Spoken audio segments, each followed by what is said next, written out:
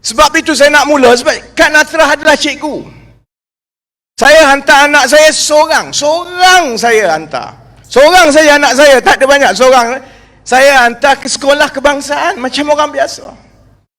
Sebab itu banyak-banyak masa nak pecah cerita pendidikan, cerita cikgu ni, dia pecah lebih kurang seminggu sebelum tarikh penamaan calon. Saya tahu semua sedar sekarang, kita ada satu kes, cikgu tu digombak, Cikgu Fadli ya. Cikgu yang betul-betul minat, curahkan segala tumpuan dia, jiwa raga dia untuk dia mengajar di sekolah. Dan saya faham sebab kakak saya pun cikgu. Kalau cikgu macam biasa yang di bawah ini, yang ada rekod yang baik sehingga Kementerian Pendidikan pun iktiraf, bila dia menyuarakan pandangan dia, bukan orang nak dengar, bukan kerajaan nak kata baik, kamu datang sila bagi pandangan. Dia dapat surat. Saya selalu dapat surat, saya faham perasaan dia bila dapat surat. Cuma dia belum dapat surat saman kan. Saya dapat surat saman, surat lock up, surat penjara, semua saya dah dapat. Ini masalah yang kita kena baiki dalam kerajaan kita. Sebab itu kita bercakap tentang macam mana nak tukar kerajaan. Dia nak tukar kerajaan bukan sebab nak suruh saya jadi kerajaan. Saya pun tak minat pun.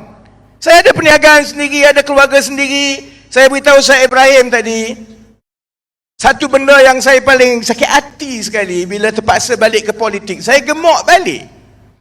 Sampai tadi kena beli baju baru sebab baju yang saya pakai tu ketat sangat, ni kena pakai longgar sikit. Orang macam saya kalau boleh tak payah terlibat dalam politik ni. Kalau ada orang-orang yang berkelayakan, yang berani, yang ada idea untuk ambil tempat, kami pun tak minat. Masalahnya bila kita tengok bagaimana keadaan di takbir, ambil contoh sekolah. Apa yang Cikgu Fadli sebut semua betul. Soal beg budak sekolah berat, betul. Saya pagi-pagi kadang-kadang isteri saya akan sediakan beg anak saya sebelum pergi sekolah kan. Sebelum saya pergi tu saya pastikan anak saya ada, sebelum saya pergi tu anak saya dah bangun kan. Dia dah siap sedia untuk sekolah. Kami kadang-kadang memang test dulu, berat ke tidak ni, berat ke tidak, ikut jadual semua ke tidak. Memang berat saudara-saudari. Beg memang berat. Soal berapa ramai anak dalam satu bilik darjah, semua ibu bapa tahu. Saya sekolah dulu menengah, satu kelas 20 ke 25 orang di Kuala Kangsar. Sekarang kalau darjah biasa, sekolah rendah, sekolah menengah, satu kelas berapa? 40. Lebih 40 orang. Cikgu memang pening kepala dia lah nak jaga 40 orang. Kita, kalau kita ada syarikat ataupun bekerja, kaki tangan kita yang report kepada kita, sama ada kita manager ke, senior manager ke, kaki tangan kita, ada tak yang report sampai 40 orang, seorang manager? Peraturan dalam pengurusan menetapkan sebaik-baiknya seorang bos, dia tak boleh jaga lebih daripada 12-13 orang. Sebab lebih daripada itu, kucak-kacir banyak orang. Tapi cikgu dalam bilik darjah, dia sampai kena 40 lebih. Ini bukan soal politik. Yang ini yang saya selalu berkempen. Dia bukan soal politik. Soalnya, kami lantik kamu jadi kerajaan. Kami bayar gaji kamu sebagai menteri.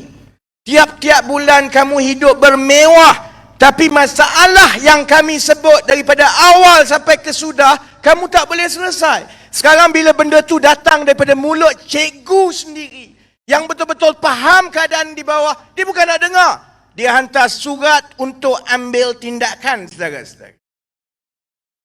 Kalau kita bercakap dengan cikgu, yalah cikgu dia tak boleh bersuara macam kita lah. Jangan marah kat cikgu. Cikgu nak buat macam mana? Bukan dia yang menetapkan berapa biji sekolah yang ada. Bukan dia yang menetapkan kurikulum macam mana, berapa jam untuk belajar yang ini, berapa jam untuk belajar yang ini. Bukan cikgu yang menetapkan berapa peruntukan kepada sekolah tiap-tiap bulan. Semua tu kementerian tetapkan. tanya cikgu, memang cikgu beritahu kat ibu bapa, aku nak buat macam mana lagi? Jadi akhirnya cikgu marah ke ibu bapa marah cikgu. Yang sebenarnya kita patut marah menteri kerajaan. Sebab itu kalau saya tengok dalam belanjawan yang baru lepas, yang dia umum ni, dia cerita belanjawan terbesar, terbaik. Punca sebenar keadaan ini berterusan. Soal beg berat anak kita ke sekolah sampai sekarang kita tak boleh selesai. Soal anak-anak di dalam bilik darjah yang terlalu ramai membebankan guru, sampai sekarang kita tak boleh selesai. Soal cikgu-cikgu, masa dia dihabiskan untuk isi segala jenis borang. Kemudian nak pula kita kena naikkan ke internet. Saya tengok kakak saya paling kesian, dia nak kena isi semua untuk anak murid dia. Lepas tu masa siang, server tu nak naikkan data tu penuh, lambat. Selalunya cikgu-cikgu kena berjaga pukul 1-2 pagi untuk upload data saja. Data pun pakai yang dibayar kat Celcom dengan Maxis. Semua ini kita tak boleh selesai sampai sekarang. Sebab dia apa dia? Satu, kalau tanya kerajaan, kerajaan kata tak ada duit. Kedua, kalau ada duit pun pakcik-makcik, kenapa tiap-tiap tahun walaupun berpuluh bilion kita peruntukkan untuk sekolah-sekolah kita, untuk anak-anak kita, sampai sekarang benda tu tak nampak jadi hasil. Sebab apa? Sebab yang diletakkan di atas kementerian itu, sebab yang jadi Perdana Menteri itu, dia sebenarnya bukan peduli pun apa jadi dekat bilik darjah budak-budak ni. Dia tak peduli. Dia melihat jawatan menteri itu sebagai jawatan politik. Dia fikir, lepas ni aku kat mana nak bertanding ni? Menteri Pendidikan sekarang, Razi Jidin ni, sampai sekarang tak tahu kat mana nak bertanding. Sampai sekarang masih mengintai. Tengok-tengok dia bertanding kat Sekijang. Sebabnya, dia jadi kerajaan daripada pintu belakang. Dalam pilihan raya yang lepas, dia kalah. Di Ketereh, dia kalah. Yang menangnya adalah UMNO. Jadi bila dia dilantik jadi menteri atas walaupun dia kalah, dia kalau dia tahu kalau dia balik bertanding sekali lagi dekat Ketereh, Kelantan pun kalah lagi, habislah jawatan menteri dia.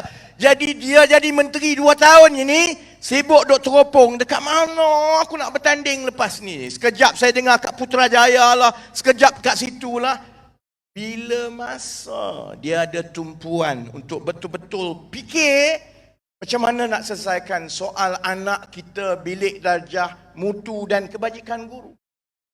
Sebab ketiga, kenapa jadi macam ni? Untuk buat perubahan, dia mestilah seorang yang tegas, seorang yang tahu bahawa kalau saya nak ubah keadaan di sekolah, saya kena bergaduh dengan menteri-menteri lain sebab saya nak dapat peruntukan lagi banyak.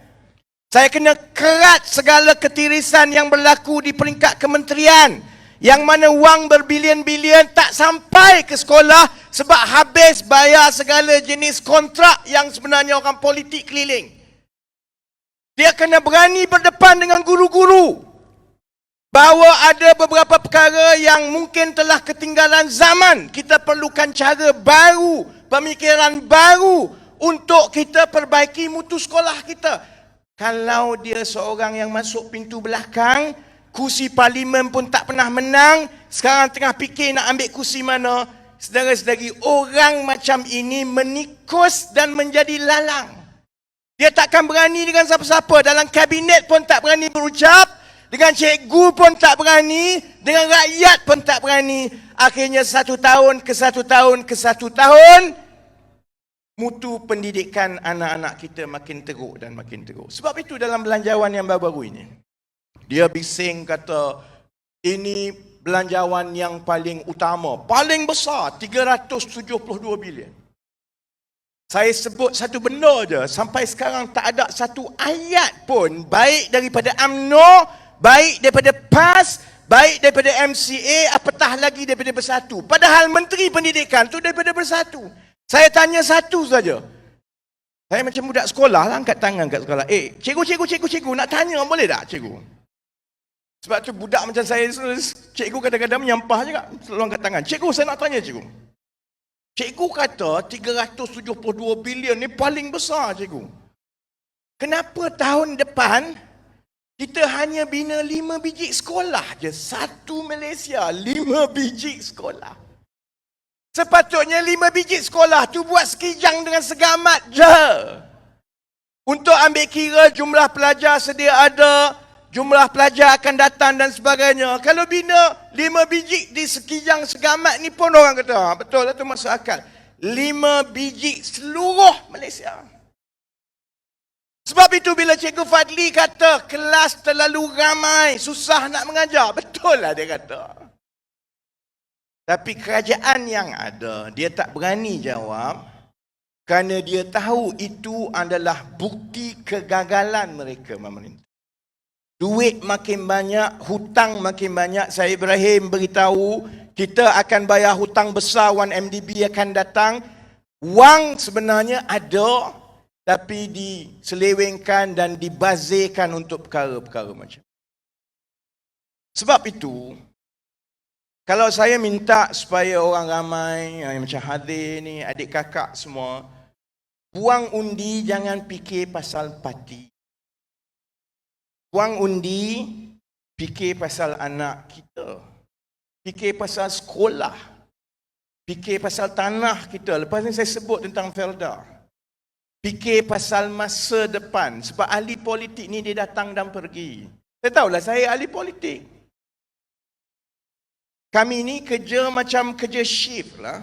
Shift kami masuk lah, kami buat kerja lah. Bila shift kami dah habis, maka orang politik berlalu lah. Tapi kalau semasa kita letakkan seseorang itu untuk pegang amanah, dia tak buat, masalah itu timbul dan terus berlarutan. Akhirnya yang jadi mangsa adalah kita sebagai ibu bapa dan anak-anak kita. Baik, sebenarnya apa yang ibu bapa nak daripada sekolah?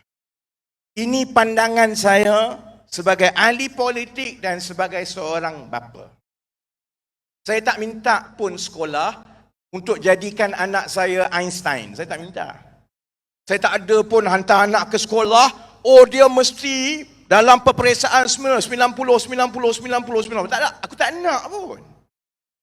Orang biasa macam kita minta satu saja, dan sepatutnya yang inilah yang mana kita kena bawa perubahan dan juga reformasi dalam pendidikan, dalam kementerian, dalam sekolah kita.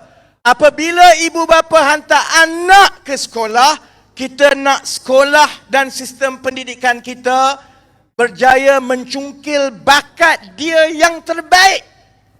Supaya dia boleh hidup berdikari lepas itu. Kita tak minta dia jadi Einstein, kita tak minta dia jadi profesor. Kita minta supaya pendidikan, latihan, keyakinan yang diberikan, soal baik, buruk, soal benar dan salah, supaya dia bercakap benar, dia tahu kelebihan dia, dia tahu minat dia. Lepas itu apa pun pencapaian akademik dia, dia boleh hidup berdikari dan menyumbang kepada masyarakat. Itu je. Sebab itu saya tak setuju sebelum ini dan sampai sekarang kementerian dan juga negara kita ini, sistem pendidikan masih sangat tertumpu soal anak siapa cerdik, berapa puluh A dia dapat. Saya nak beritahu saudara-saudara, saya dah tengok hidup 45 tahun, saya dah belajar di sekolah terbaik, pergi luar negara, sekolah Mat Saleh, dapat ijazah terbaik, jadi chartered accountant, kerja luar negara dengan Mat Saleh. Saya nak beritahu begini, tidak ada jaminan yang cerdik-cerdik dapat 12, 13, 14 A itu, bila umur dia 20, 30, 40 tahun, dia jadi orang yang paling hebat. Tak ada jaminan. Saya tengok yang paling berjaya, orang yang menjadi ketua adalah anak-anak, murid-murid, pelajar-pelajar yang walaupun dia mungkin tidaklah sepintar yang lain semasa di sekolah ataupun universiti, tapi dia berani, dia ambil risiko, dia faham bahawa untuk mencapai sesuatu, dia kena usaha panjang dan usaha lebih. Jangan putus asa, jangan cari jalan pintas. Apa yang kita buat sekarang ni, katakanlah kita nak ada rumah besar, dia tak datang sekaligus. Dia akan datang bila kita usaha sedikit. Orang yang macam ini yang selalunya berjaya. Dan sepatutnya inilah yang kita nak daripada sistem pendidikan kita. Tapi kita tengok apa yang UMNO Barisan Nasional tinggalkan dalam sistem pendidikan kita.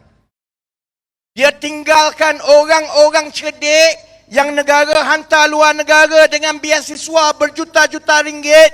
Bila dia balik cerdik macam mana pun dia,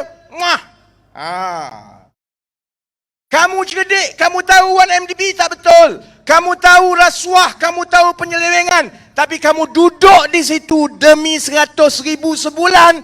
Kamu sanggup tengok negara orang miskin semua ni duit kena rompak. Yang itu yang berlaku kepada Felda yang saya nak sebut lepas ini. Sebab itu saya kata, kita perlukan kerajaan yang dapat mandat yang kuat daripada rakyat. Supaya kita perbaiki sistem pendidikan kita, supaya cikgu-cikgu macam Cikgu Fadli ini diberi ruang sepenuhnya untuk dia membantu kita menukar sistem. Daripada yang betul-betul duk fikir pasal aku nak periksa je ni, kepada orang yang tahu bahawa tugas sebagai cikgu bukan nak ajar anak-anak kita dapat 10-20 A saja. Kita nak membentuk anak-anak kita supaya menjadi orang yang jati diri dia ni berkata benar, ambil risiko, yang tahu bahawa sumbangan kita kepada masyarakat itu perlu ada. Bukan semata-mata untuk kita belajar ni untuk dapat jawatan besar, untuk keluarga kita kaya, tapi kita tak peduli apa yang jadi di bawah. Sebab itu, sepatutnya sekolah kita memberi penekanan kepada menghargai setiap bakat yang anak kita ada. Dia mungkin tak cerdik sampai 10 A, tak apa. Saya tengok anak saya, anak isteri saya balik, beritahu, cikgu kata anak kita ni tahap dia sederhana. Saya langsung tak bimbang. Saya tak bimbang kalau orang beritahu anak saya tahap pendidikan dia sederhana. Walaupun masa saya kecil-kecil dulu, tiap peperiksaan saya nombor 1 sampai ke sudah.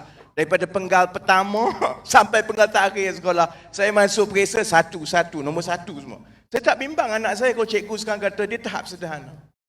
Saya bimbang kalau anak saya ni tak ada akhlak. Itu saya bimbang.